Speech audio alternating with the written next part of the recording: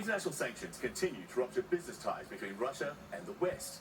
On Monday, a raft of new companies announced they were either ending or suspending operations, including Netflix, IBM, even denim retailer Levi Strauss. But so far, these punitive sanctions have deliberately not targeted Russia's energy sector. And here's why. After the US Secretary of State said this, we are now talking to our European partners and allies to look in a coordinated way at the prospect of banning the import of Russian oil while making sure that there is still an appropriate supply of oil on world markets. Energy prices surged. Brent crude closed on Monday around $125. That's after peaking at more than $130 during the day. Apart from being a windfall for countries like Russia, which are net energy exporters, there are also fears rising costs of oil and gas could send the global economy into recession. And so every day, Russia is still piping about $400 million worth of natural gas to Europe, according to the International Energy Agency. The US is much less dependent on Russia for its energy needs, but still, on average, imports close to 200,000 barrels of oil each day. That revenue is crucial to pay for Vladimir Putin's war of choice. Oil and gas-related taxes made up about half of Moscow's budget this year.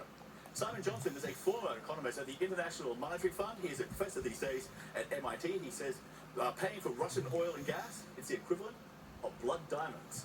So Simon, thank you for taking time to be with us. Good to see you. See you.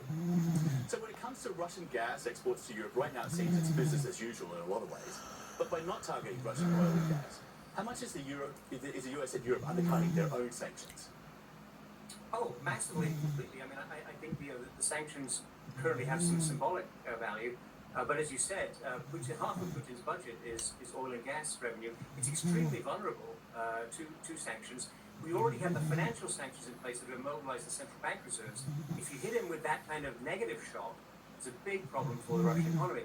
But on the other hand, and what's actually happening, I smile, but it's tragic, is that the chaos caused by Putin, including attacks on nuclear power stations, all these attacks on civilians, going just massively barbaric acts, that's created a level of uncertainty that's pushed up the oil price. So the awfulness of this drama is paying for itself unless and until we impose sanctions that drive down the amount of money Russia receives from exporting oil and gas.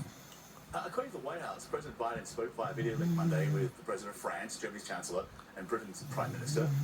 The readout from the White House says the leaders affirmed their determination to continue raising the cost on Russia for its unprovoked and unjustified invasion of Ukraine. But there doesn't seem to be agreement among those countries, at least, on sanctioning Russian oil and gas, mostly because Europe doesn't really have an alternative for its energy needs, at least not for the time being. Well, I think that's an exaggeration. I mean, the weather is warming up. They can use a lot less gas. There's a really intense discussion right now, led by the IEA and others, about how to switch Europe away from Russian gas. So I think it's a question of timetable and financing, really. The Germans made a 70-year strategic error, but they reversed it last week. They realized that Putin has them over a barrel, with bad pun in this case, but really absolutely literally true. And it's absolutely vital for the security and survival of Europe to stop Putin's invasion of Ukraine. And the only way to do that is with oil and gas sanctions that actually bite. So clearly the world economy will pay a price if these sanctions are imposed on Russia. How big will that price be? And is it anything compared to Putin's not stopped at this point? Well, that's the right question. Absolutely, John. I think that the cost of not stopping him now is enormous in human terms, in terms of the destruction of Ukraine, but also in terms of the oil market. The oil price will spike massively if Putin attacks another nuclear power station or does anything else outrageous. And I'm sure he's going to do many outrageous things by the time we finish this interview. It's just completely out of control. So that's your baseline, is massive, incredibly awful behavior by Putin and the Russian army. So on the other hand, what would sanctions do? Well, what's going to happen to world supply and world demand? That's the key. Will OPEC step up and provide more oil? In which case, I think we get through this relatively smoothly. If OPEC really wants to support Russia, well, that's an interesting conversation too. In that case, it could be a bit more difficult. But the key here, I would say, is to split Russian oil, which is blood oil, away from the rest of the oil produced in the world and create a price differential. Usually that price is within a couple of dollars. Last week, Urals crude was selling at a $30 discount to Brent.